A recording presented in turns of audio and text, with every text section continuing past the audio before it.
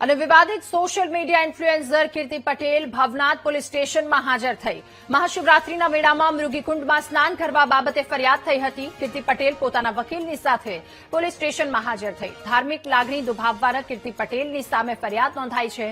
પ્રભાસ પાટણના બજરંગદાસ બાપુએ કીર્તિ પટેલની સામે ફરિયાદ નોંધાવી છે।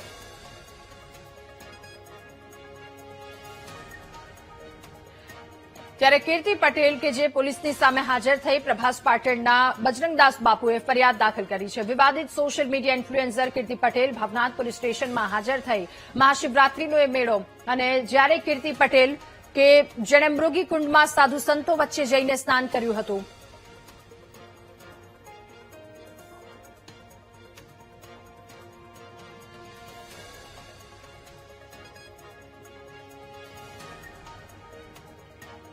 તો ભવનાથ પોલીસ સ્ટેશનમાં કીર્તિ પટેલ હાજર થઈ મહાશિવરાત્રીના મેળામાં મૃગીકુંડમાં સ્નાન કરવા બાબતે કીર્તિ પટેલની સામે ફરિયાદ દાખલ કરવામાં આવી હતી। કીર્તિ પટેલ પોતાના વકીલની સાથે પોલીસ સ્ટેશનમાં હાજર થઈ ધાર્મિક લાગણી દુભાવવાની કીર્તિ પટેલની સામે ફરિયાદ નોંધાઈ છે। પ્રભાસ પાટણના બજરંગદાસ બાપુ કે જેમણે કીર્તિ પટેલની સામે ફરિયાદ નોંધાવી છે। આ બે દ્રશ્યો ટીવી સ્ક્રીન પર આપ જોઈ રહ્યા છો। ગઈકાલે કીર્તિ પટેલ જેણે મીડિયાની પાસેથી મદદ માંગી હતી અને ત્યારબાદ આજે કીર્તિ પટેલ પોલીસ સ્ટેશનમાં હાજર થઈ।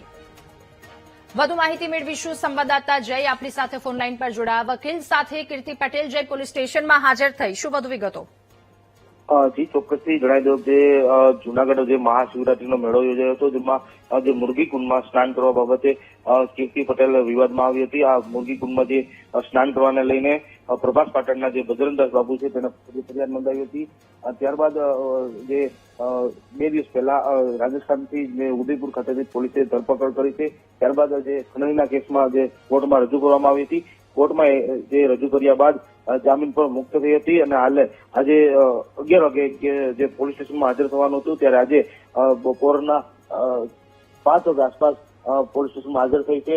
પોતાના વકીલ સાથે પોલીસ સ્ટેશનમાં હાજર થઈ છે। ધાર્મિક લાગણી દુભાવવાને લઈને જે ફરિયાદ થઈ હતી તે કેસમાં આજે જે કીર્તિ પટેલ છે તે હાજર થઈ છે અને હાલ સમગ્ર ઘટનાને લઈને પોલીસે પૂછતાછ હાથ ધરી છે।